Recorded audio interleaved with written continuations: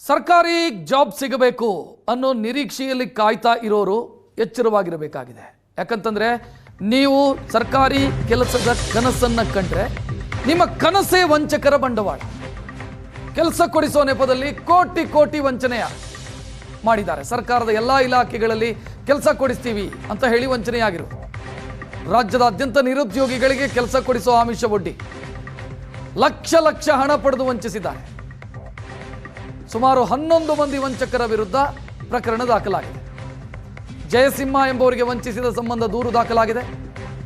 ಹೈಕೋರ್ಟಲ್ಲಿ ಕೆಲಸ ಕೊಡಿಸ್ತೀವಿ ಅಂತ ವಂಚನೆ ಮಾಡಿರೋದು. ನಕಲಿ ದಾಖಲೆಗಳನ್ನು ಕೂಡ ಈ ಗ್ಯಾಂಗ್ ರೆಡಿ ಮಾಡಿತ್ತು. ಬಸವೇಶ್ವರನಗರ ಪೊಲೀಸ್ ಠಾಣೆಯಲ್ಲಿ ಇದಕ್ಕೆ ಸಂಬಂಧಿಸಿದಂತೆ ಪ್ರಕರಣ ದಾಖಲಾಗಿತ್ತು.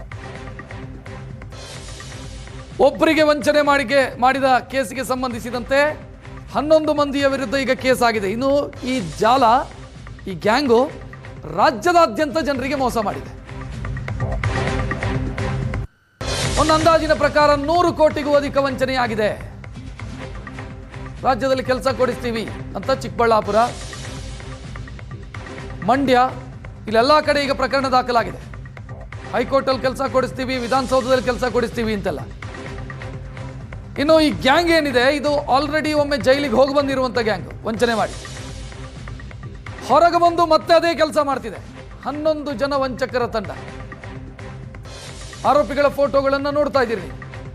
ಗದಗ, ಯಾದಗಿರಿ, ಬೆಳಗಾವಿ, ಚಿಕ್ಕಬಳ್ಳಾಪುರ, ಬೆಂಗಳೂರು ಇಲ್ಲೆಲ್ಲ ಕಡೆ ವಂಚನೆ ಮಾಡಿರೋದು. ಅರ್ಜುನ್, ಸುದರ್ಶನ್, ಲವೀನಾ, ಜೈಸನ್, ಮಹೇಂದ್ರ, ರಾಕೇಶ್, ನೆಲ್ಸನ್, ಸಿದ್ದಲಿಂಗಯ್ಯ, ತಿಪ್ಪೇಸ್ವಾಮಿ, ಅನ್ನದಾನೇಶ್ವರ, ನಿಧಿ, ವೆಂಕಟರೆಡ್ಡಿ ಇಷ್ಟು ಜನರನ್ನ ಅರೆಸ್ಟ್ ಮಾಡಲಾಗಿದೆ. ಈ ವಂಚನೆಯ ಜಾಲ ರಾಜ್ಯದ ಬೇರೆ ಬೇರೆ ಜಿಲ್ಲೆಗಳಿಗೂ ಕೂಡ ವ್ಯಾಪಿಸಿದೆ. ಒಂದು ಅಂದಾಜಿನ ಪ್ರಕಾರ ಈ 11 ಜನ ಮೋಸ ಮಾಡಿರೋದು ಬರ್ತಿ 100 ಕೋಟಿಗೂ ಜಾಸ್ತಿ ಅಂತ, 100 ಕೋಟಿಗೂ ಜಾಸ್ತಿ ವಂಚನೆ ಮಾಡಿರಬಹುದು ಅನ್ನೋ ಅನುಮಾನ ಇದೆ.